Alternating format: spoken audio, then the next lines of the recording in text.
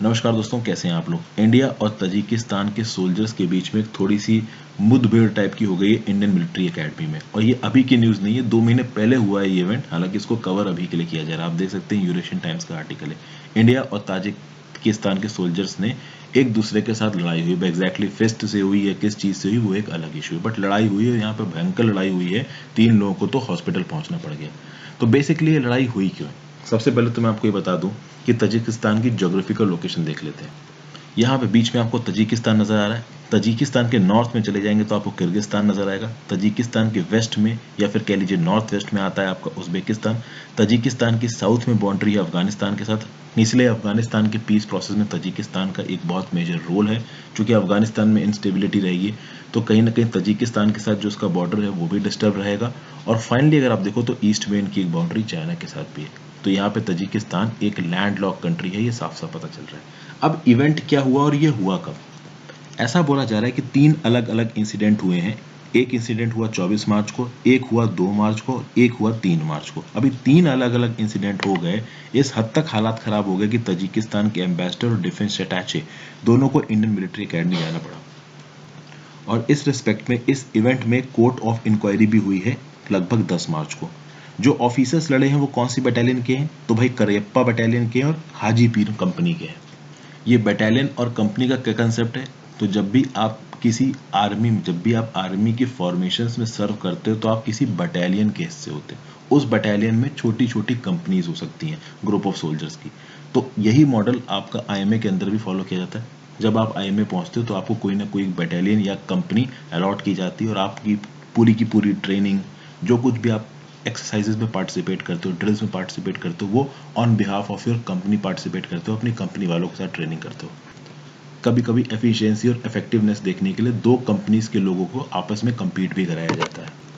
और जब भी कोई फॉरेन का कैडेट इन अकेडमीज में ट्रेनिंग करने के लिए आता है तो वो भी इन्हीं में से किसी एक कंपनी का पार्ट रहता है, आईएमए के जवानों के साथ ही रहता है।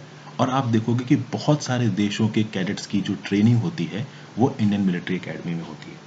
अब अगर बात किया जाए इंडिया और तजिकिस्तान के रिश्तों की, तो इंडिया और तजिकिस्तान के रिश्ते बहुत ज़्यादा अच्छे हैं। अगर आप बात करो तो हमारा पहला ओवरसीज मिलिट्री बेस कहाँ पे है, फरखोर में, जो कि तजिकिस्तान में। कहीं ना कहीं ये जो फरखोर वाला मिलिट्री बेस है इंडिया का तजिकिस्तान में, इंडिया के लिए बहुत ज़्यादा इंपॉर्टेंट है। आपको पता है अफगानिस्तान के अंदर से यूएसए विड्रॉ कर रहा है। अब चूंकि अफगानिस्तान के अंदर से यूएसए विड्रॉ कर रहा है तो अफगानिस्तान में जो कुछ भी हो रहा है उसको मॉनिटर करने के लिए तजिकिस्तान में हमारा मिलिट्री बेस होना हमारे लिए एक बहुत स्ट्रेटेजिक एडवांटेज है। फिर जो हमारी कनेक्ट सेंट्रल एशिया पॉलिसी है उसके लिए तजिकिस्तान बहुत ज़्यादा इंपॉर्टेंट हो जाता है। जो कि आप देख सकते हो कि तजिकिस्तान एक बहुत वाइटल लोकेशन में है when it comes to central Asia. बिल्कुल अफगानिस्तान के नॉर्थ में, तो अफगानिस्तान के रिस्पेक्ट से तो स्ट्रेटेजिकली हमारे लिए ये इंपॉर्टेंट हो ही जाता है। अब ये इंसिडेंट्स हैं तो ये हुए क्यों हैं। देखिए करप्पा बटालियन का जो कमांडर है, इनको यहाँ पे कहीं ना कहीं लैक ऑफ सेंसिटिविटी के लिए चार्ज किया गया और इनसे जवाब मांगे गए। एक्चुअली में हो सकता है कि ऐसा कुछ हुआ हो। देखिए अभी पूरी की पूरी इंक्वायरी की रिपोर्ट सामने नहीं है कि तजिकिस्तान के कैडेट्स के जो कुछ कल्चरल कस्टम्स हैं, ट्रेड्स हैं, साइके हैं, इमोशनल मेकअप है, हो सकता है वो हमारे इंडियन कैडेट्स को उतना समझ में ना आ रहे हो और इस रिस्पेक्ट में किसी प्रकार का डिस्क्रिमिनेशन हुआ हो और उसके चलते तजिकिस्तान के कैडेट्स से लड़ाई हो गई हो। अभी हुआ ये था कि 3 मार्च को ऐसा बोला गया कि तजिकिस्तान के बहुत सारे जेंटलमैन कैडेट्स आयरन रॉड्स लेके आए, वुडन प्लैंक्स लेके आए इंडियन जेंटलमैन कैडेट्स को मारने के लिए। और ऐसा उन्होंने क्यों किया, तो सुनने में यह आया कि किसी एक तजीक जेंटलमैन कैडेट्स, जीसी बोला जाता है यहाँ पे कैडेट्स को, जिसको जेंटलमैन कैडेट्स बोला जाता है, तो एक तजीक जेंटलमैन कैडेट्स को इंडियन कैडेट्स ने मारा। तो उस रिस्पेक्ट में पलट के बहुत सारे यहाँ पे तजिकिस्तान के जेंटल कैडेट्स आए और इन्होंने इंडियन कैडेट्स के ऊपर अटैक किया। तो ऑब्वियस सी बात है पलट के इंडियन कैडेट्स की तरफ से भी अटैक आना था। अब ये पूरी की पूरी यहाँ पे स्टोरी बताई जा रही है। इसमें ये भी बोला जा रहा है कि जो तजिकिस्तान के जो जेंटलमैन कैडेट्स थे, जो डंडे और रॉड्स लेके आए थे, इस बात की कोई पुष्टि नहीं कर पा रहा। तो कुल मिला के देखिए यहाँ पे खून गर्मी है, जोशा जोशी हो गई होगी और कहीं ना कहीं लड़ाई हो गई होगी। अब उस लड़ाई की जो भी वजह रही हो, इस पर्टिकुलर इवेंट को बहुत ज़्यादा आप कह सकते हो कि मीडिया कवरेज मिल रही है। ऐसा बोला जा रहा है कि भाई इंडिया तजिकिस्तान के रिश्ते खराब हो गए। देखिए कोई रिश्ते खराब नहीं हुए। ये इंटरनेशनल डिप्लोमेसी में, इंटरनेशनल मिलिटेंसी में, इंटरनेशनल आप कह सकते हो कि जो भी रिलेशंस चलते हैं कंट्रीज के बीच में, बहुत माइनर, एक बहुत छोटा सा इवेंट है। ये बात जरूर है कि यहाँ पे इंडिया की थोड़ी सी इमेज खराब हो गई है, क्योंकि वसुधैव कुटुंबकम वाले सिद्धांत को देखा जाए तो ये जो जेंटलमैन कैडेट्स हैं दूसरे देश के हैं, तो इनको यहाँ पे मेहमानों की तरह ट्रीट करना चाहिए। बट देखिए, इंडियन मिलिट्री एकेडमी के अंदर आप एक जेंटलमैन कैडेट होते हो, आप मेहमान नहीं होते हो। अभी उस रिस्पेक्ट में जोशा जोशी हो गई, गर्मा गर्मी हो गई और एक दूसरे के बीच में लड़ाई हो गई।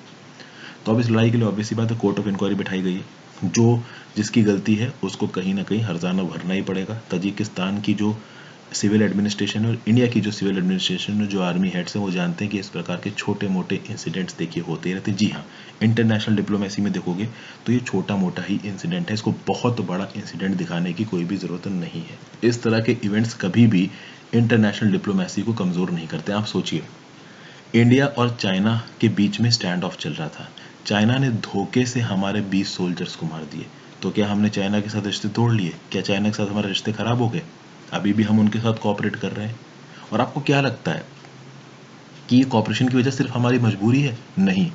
कभी भी क्या होता है ना कि जो ट्रेड और इकोनॉमिक रिलेशंस होते हैं, ये सबसे ज़्यादा इंपॉर्टेंट होते हैं।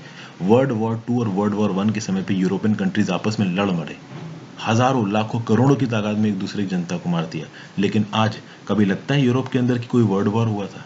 तो आप इस बात से समझ सकते हो कि ये इवेंट्स कहीं ना कहीं इंटरनेशनल डिप्लोमेसी को थोड़ा कमजोर करते हैं, थोड़ी मिसअंडरस्टैंडिंग पैदा करते हैं, बट इनका कोई लॉन्ग टर्म एफर्ट नहीं है। जरूरी ये है कि आर्म्ड फोर्सेस के बीच में डिसिप्लिन होना चाहिए, और वो डिसिप्लिन यहाँ पे तोड़ा गया है। तो डिसिप्लिन ऑफ आर्म्ड फोर्सेस के रिस्पेक्ट से टॉपिक इंपॉर्टेंट है, ये नहीं होना चाहिए। तो यहाँ पे जो भी जेंटलमैन कैडेट्स ने डिसिप्लिन तोड़ा है, उनको सजा मिलनी चाहिए।